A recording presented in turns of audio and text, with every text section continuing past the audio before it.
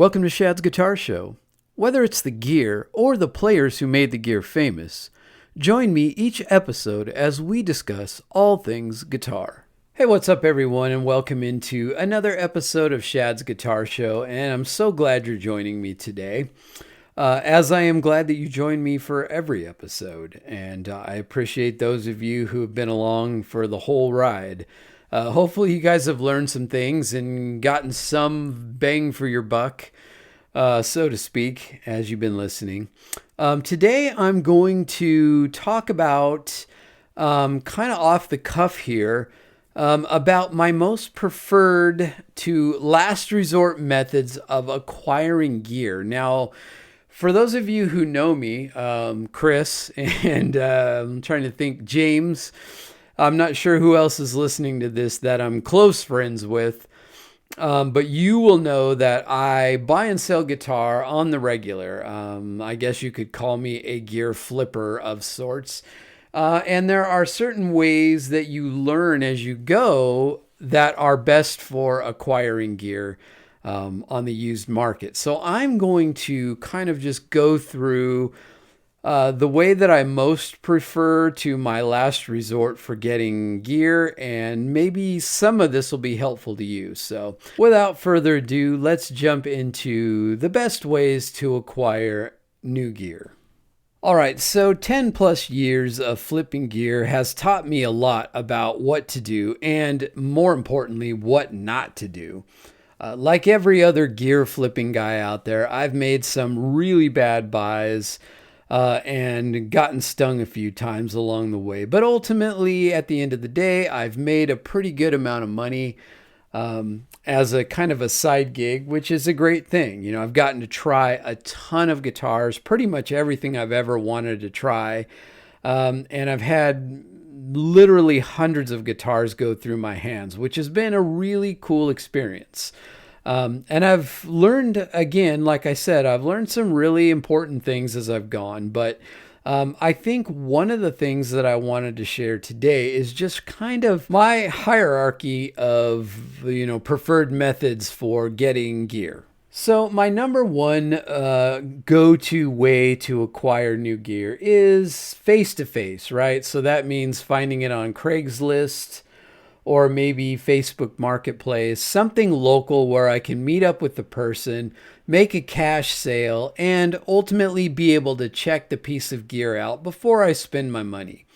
This is, my favorite way to acquire the gear, but it also has its downsides. A lot of times, the pros of this are obviously what we just talked about. You're able to look at the gear, you're able to hand the person cash, you're not waiting for somebody to ship something to you. There's no possibility of damage in transit. There's a lot of benefits in that way. But the downside is a lot of times, where you're talking about two people who have jobs and are working and maybe have family things going on, it can sometimes be a little difficult to try to meet up or figure out where you're going to meet up. And a lot of times there may be a bit of a distance between you and the person you're negotiating with. Maybe there's an hour drive or whatever. So where are you going to meet? Are you going to go there? Are they going to meet you halfway? How's that all going to work out? So logistically, there can be some challenges in just trying to figure out how to meet up. But ultimately, if you can find things locally and just buy them cash in hand, that's always the best way to go. All right, and number two would be person-to-person online. Now, this would be from sites like the Gear Page, Facebook, Gear Talk, Classifieds, or any of the Facebook groups that you can sell on. These people may not be local. They may be all over the country, but you can buy gear, you can work with people and, just have them ship or whatever. And the nice thing about this is you don't have to worry about sales tax, and, you can, generally speaking, get away with not having any fees as a buyer. So you're just paying for the item.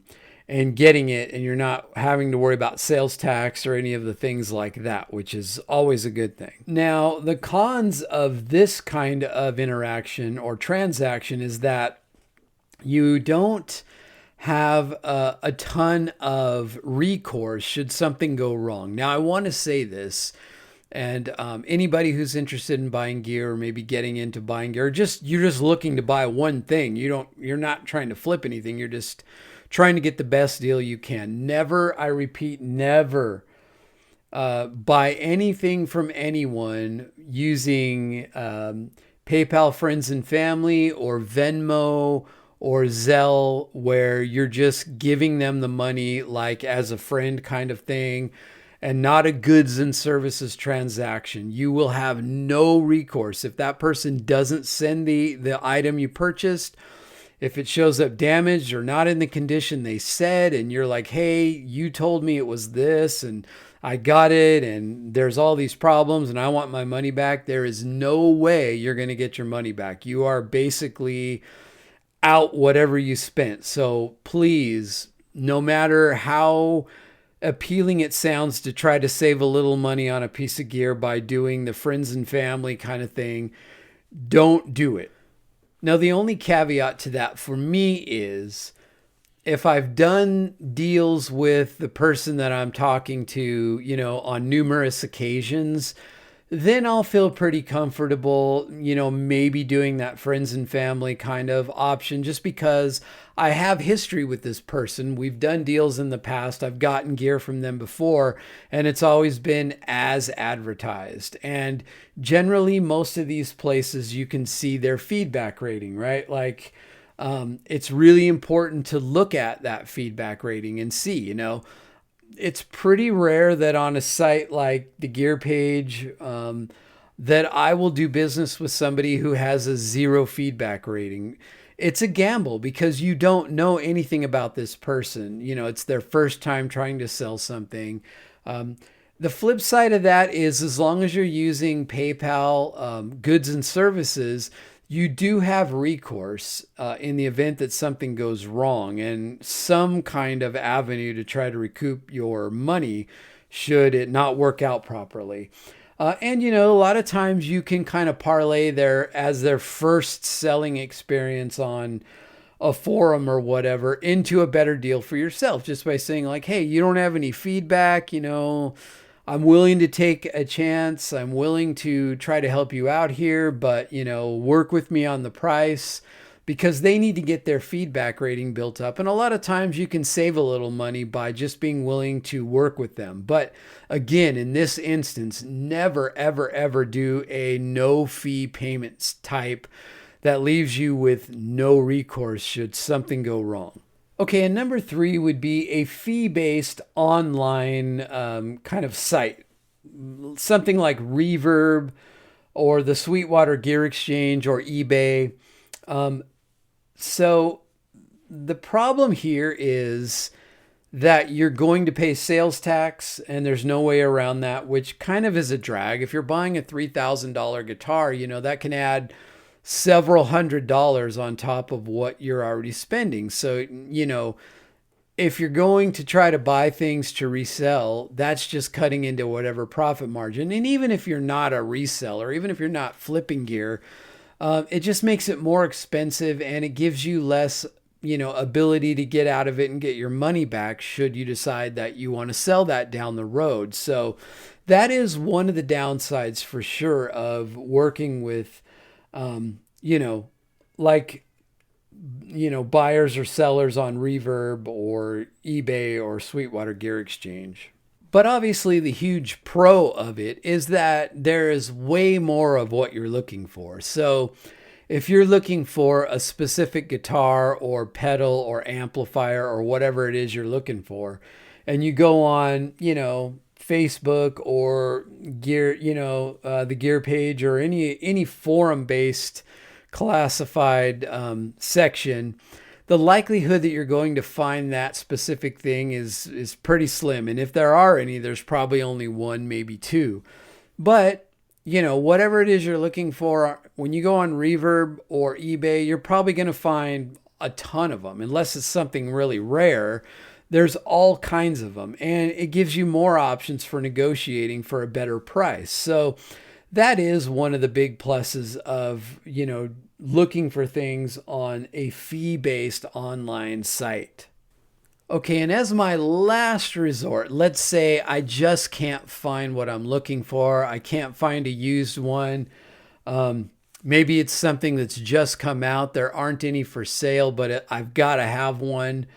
My last ditch effort, my last resort will be to buy a brand new one from a shop, but at a discount, right? So there's a lot of shops out there now, and most shops are willing to negotiate a bit with you, even on brand new gear, because if you're looking for a pedal or a guitar or whatever it is, there's a lot of options out there, right? There's a lot of shops that have that specific item. So a lot of times you can kind of make an offer or say, hey, would you guys be willing to offer me a discount? Or, could you do it for this price or whatever it might be?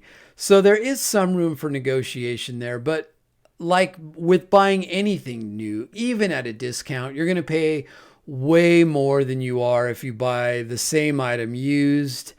And therefore, that's generally not something I would try to do if I was buying it to flip it, because you're just not going to make any money. But if you're looking for something for yourself that you don't plan on selling and you just can't find a used one for whatever reason, that is also an option. So yeah, that's my preferred to last resort methods of acquiring gear. And hopefully that can be helpful to you guys too, as you're looking for gear. I'm sure a lot of you have been, buying and selling gear online for a while. It's certainly not a new thing. We all do it, and we all have for many years now. And it's become really the way that we all acquire new gear as a general rule.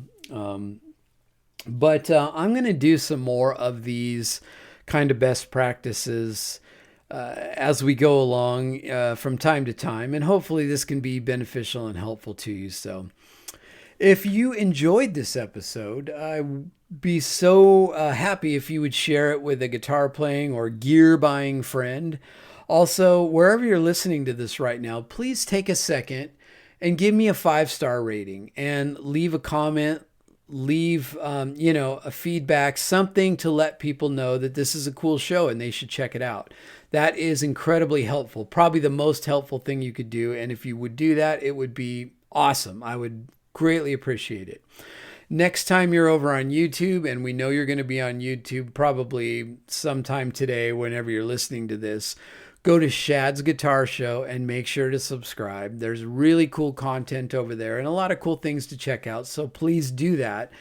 And when you make your way over to Instagram, which you inevitably will, go to Shad's Guitar Show and make sure you're following me there for a lot of other cool content as well. And you know what? I really appreciate you guys. I love making these episodes, and I love that people are out there listening to this. And you know what? I'll keep doing it if you guys keep listening, and we will keep discussing all things guitar.